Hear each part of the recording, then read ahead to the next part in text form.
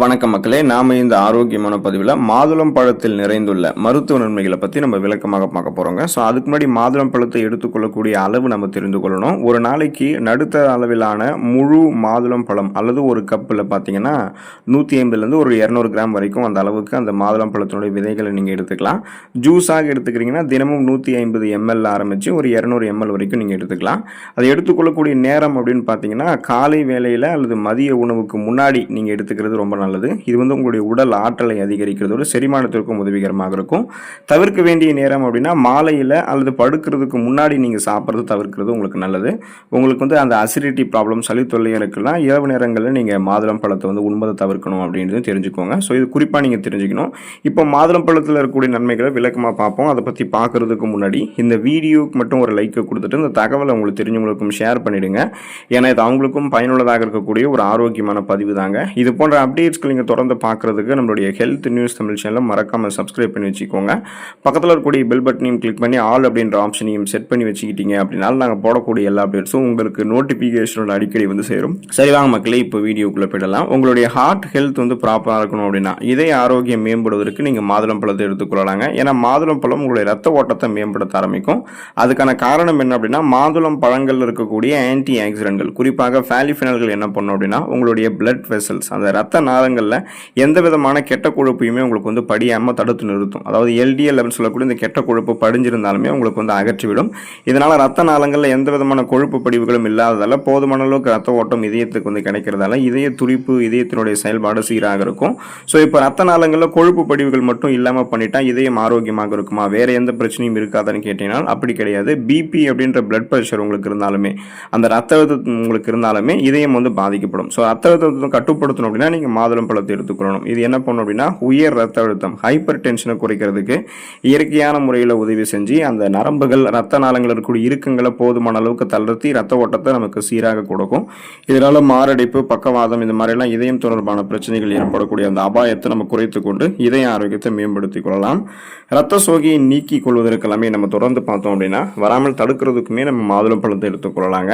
ஏன்னா ஹீமோகுளோபினுடைய உற்பத்தி மாதுளம் பழத்தில் நமக்கு நடக்கும்.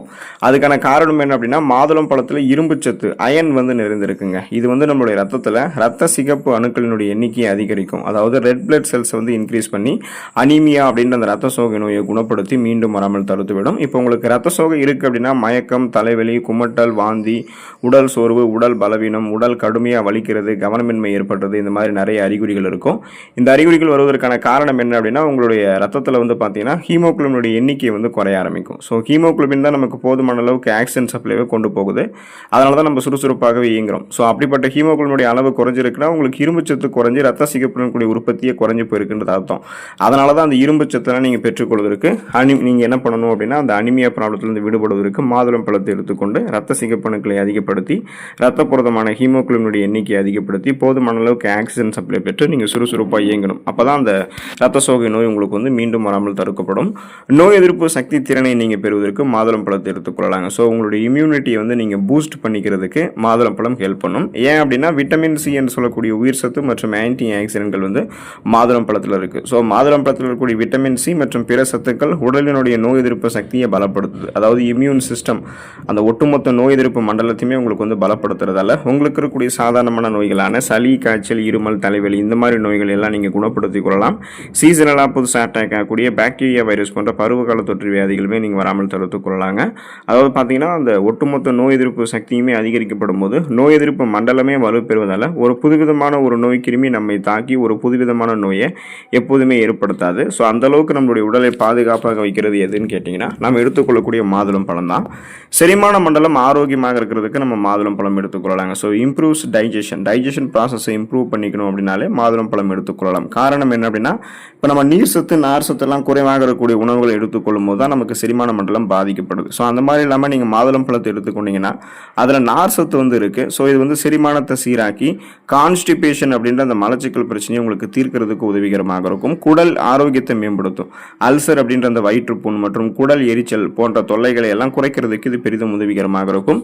உங்களுடைய உணவுகளை செரிக்க வைத்து செரிக்கப்பட்டிருக்கக்கூடிய உணவு மூலக்கூறுகள் வந்து ஊட்டச்சத்துக்களை உறிஞ்சி மீதம் இருக்கக்கூடிய கழிவுகளை குடல்கள்லேருந்து வெளியேற்றி ஒட்டுமொத்த செரிமான மண்டலத்தையும் ஆரோக்கியமாக வைக்கிறதுக்கு, செரிமானம் தொடர்பான பிரச்சனைகள் எதுவாக இருந்தாலும் அதிலிருந்து விடுபடுவதற்கு மாதுளம் மாதுளம்பழம் உங்களுக்கு வந்து துணை புரியுங்க. மூட்டு வலி மற்றும் வீக்கம் அந்த பிரச்சனையிலிருந்து நீங்கள் விடுபடணும்னா மாதுளம்பழத்தை எடுத்துக்கொள்ளலாம். அலர்ச்சி எதிர்ப்பு பண்புகள் மாதுளம்பழம் கொண்டு இருக்கிறதுனால ஸோ அந்த மாதுளம்பழத்தில் இருக்கக்கூடிய அந்த ஆன்டி இன்ஃப்ளமேட்டரி ப்ராப்பர்ட்டிஸ் அதெல்லாம் என்ன பண்ணுன்னா உங்களுடைய உடலில் ஏற்படக்கூடிய நாள்பட்ட வீக்கங்களை குறைக்கிறதுக்கு உதவிகரமாக இருக்கும். மூட்டு வலிக்கு நிவாரணத்தை கொடுக்கும். அதாவது ஆர்த்ரைட்டிஸ் சொல்லக்கூடிய அந்த கீழ்வாதம் மற்றும் மூட்டு வலிகளால் அவதிப்படுபவர்களுக்கெல்லாம் மாதுளம்பழம் அவங்களுடைய மூட்டுகளினுடைய நெகிழ்வுத்தன்மையை அதிகரித்து அந்த வலியை வந்து உங்களுக்கு குறைக்கிறதுக்கு உதவிகரமாக இருக்கும். ஸோ உங்களுக்கு அந்த குறிப்பாக எலும்பு தொடர்பான பிரச்சனைகளும் இருக்காது. இப்போ வயதானவர்கள்லாம் மாதுளம்பழத்தை எடுத்துக்கொள்ளும் போது பார்த்தீங்கன்னா அவங்களுக்கு அந்த மூட்டு வலி, மூட்டு வீக்கம், வலி தொடர்பான பிரச்சனைகள், எலும்பு தொடர்பான பிரச்சனைகள் எதுவுமே இருக்காது. ஆஸ்டியோபோரோசிஸ், எலும்பு மெலிவு நோய், மூட்டு வலி, எலும்புருக்கி, முடக்குவாதம், எலும்பு மஜ்ஜைகளில் ஏற்படக்கூடிய பிரச்சனை, மூட்டு அலர்ச்சி போன்ற எந்த விதமான எலும்பு தொடர்பான பிரச்சனை இல்லாமல் நீங்கள் நலமோடு இருக்கணும்னாலும் மாதுளம்பழத்தை எடுத்துக்கலாம். ஞாபக சக்தி மேம்படுவதற்கு மற்றும் மூளை செயல்பாடு சிறப்பாக இருக்கிறதுக்கு நீங்கள் மாதுளம்பழம் எடுத்துக்கொள்ளலாங்க. ஸோ நாம் எடுத்துக்கொள்ளக்கூடிய இந்த மாதுளம்பழம் வந்து நமக்கு ஏற்படக்கூடிய இந்த பார்க்கின்சன், அல்சைமர், டிமென்ஷியா போன்ற ஞாபக மறதி நோய்கள் அதை ஏற்படுறதை முன்னாடியே தடுக்கிறதுக்கு பெரும் பங்கு வகிக்குது. ஸோ இதுக்கான காரணம் என்ன அப்படின்னா மாதுளம் பழங்கள் இருக்கக்கூடிய எலாஜிடானின்கள். ஸோ அது வந்து மூளை செல்களை வந்து உங்களுக்கு பாதுகாத்து ஞாபக சக்தியை உங்களுக்கு மேம்படுத்துறதுக்கு உதவிகரமாக இருக்குது. இதனால் நீங்கள் எதையும் எளிதில் அணுகக்கூடிய திறன், எதையும் எளிதில் கற்றுக்கொள்ளக்கூடிய திறன், கூர்மையான புத்தி போன்றவற்றை பெற்று ஒரு ஃபாஸ்ட் லேர்னராக நீங்கள் சிந்தித்து செயல்பட ஆரம்பிப்பீங்க.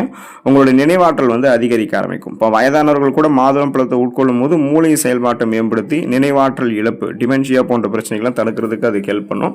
இன்னும் குறிப்பாக பார்த்தீங்க அப்படின்னா உங்களுடைய மூளை நரம்புகள் இருக்கக்கூடிய இறுக்கங்களை தளர்த்தி போதுமான அளவுக்கு ரத்த ஓட்டத்தை பாய்ச்சி மூளை செல்களை எப்போதுமே சுறுசுறுப்பாக வைக்கிறதுக்கு மாதுளம்பழம் ஹெல்ப் பண்ணும்.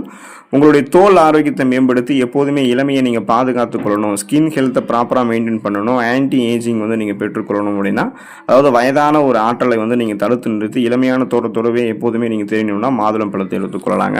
மாதுளம் பழம் உங்களுடைய முக சுருக்கங்களை தடுக்கும். ஸோ அதுக்கான காரணம் என்ன அப்படின்னா மாதுளம் பழங்கள் இருக்கக்கூடிய அதிகப்படியான ஆன்டி ஆக்சிடென்ட்கள் மற்றும் விட்டமின் சி வந்து உங்களுடைய செல்கள் சேதமடைவதை தடுத்து சருமத்தை இளமையாகவும் பளபளப்பாகவும் வைக்கிறதுக்கு ஹெல்ப் பண்ணும். அதாவது உங்களுடைய தோல் செல்கள் வந்து பார்த்தீங்கன்னா மாற்றம் அடைவதால் ஏற்படக்கூடிய நிறைய குறைபாடுகள் அது எல்லாத்தையுமே நீங்கள் சரி பண்ணிக்கலாம். இன்னும் குறிப்பாக உங்களுடைய அந்த தோல் செல்கள் ஏதாவது இறந்த செல்கள் இருந்துச்சு அப்படின்னா அந்த டெட் செல்ஸ்லாம் ரிமூவ் பண்ணிட்டு உங்களுக்கு இருக்கக்கூடிய இந்த முகப்பொருட்கள், கண் கருவளையங்கள், கரும்புள்ளிகள், வயதான சுருங்கிய தோலமைப்பு, கோடுகள், கரைகள் கொண்ட மாசு மறுபடிந்த சருமமெல்லாம் இல்லாமல் மின்னக்கூடிய பளபளப்பான மிருதுவான சருமத்தை உங்களுக்கு பெற்றுத்தரக்கூடியதாக மாதுளம் பழம் இருக்கும். இதனால உங்களுடைய சருமத்தில் கோலஜன் உற்பத்தியை மாதுளம் பழம் மேம்படுத்தும்.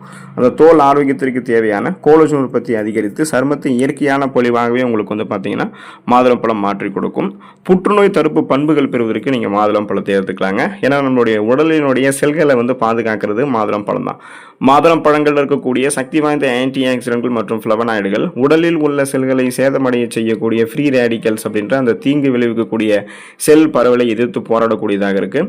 இப்போ புற்றுநோய் கட்டிகள் ஏதாவது இருக்குது அப்படின்னா அந்த கட்டிகளினுடைய வளர்ச்சிகளை மாதுளம் பழம் தடை பண்ணும். மார்பக புற்றுநோய் மற்றும் புரோஸ்டேட் புற்றுநோய் போன்ற சில வகையான புற்றுநோய் செல்களினுடைய வளர்ச்சியை கட்டுப்படுத்துறதுக்கும் அது பரவுறதை தடுக்கிறதுக்கும் மாதுளம் பழங்கள் இருக்கக்கூடிய சத்துக்கள் உதவுவதாக ஆய்வுகளில் தெரிவிக்கிறாங்க. ஸோ இந்த நன்மைகளை எல்லாம் நீங்கள் பெறணும், அந்த புற்றுநோய்களிலிருந்து நீங்கள் விடுபடணும், உங்களுடைய உடலை எப்போதுமே ஆரோக்கியமாக பராமரித்துக் கொள்ளணும் அப்படின்னா நீங்கள் தொடர்ந்து மாதுளம் பழத்தை உங்களுடைய உணவுகள் எடுத்துக்கொள்ளுங்கள். அதில் இருக்கக்கூடிய ஊட்டச்சத்துக்களை பெற்று நலமோடு வாழுங்க. அடுத்த ஆரோக்கியமான பதிவில் மறக்காமல் சந்திப்போம். நன்றி மக்களே.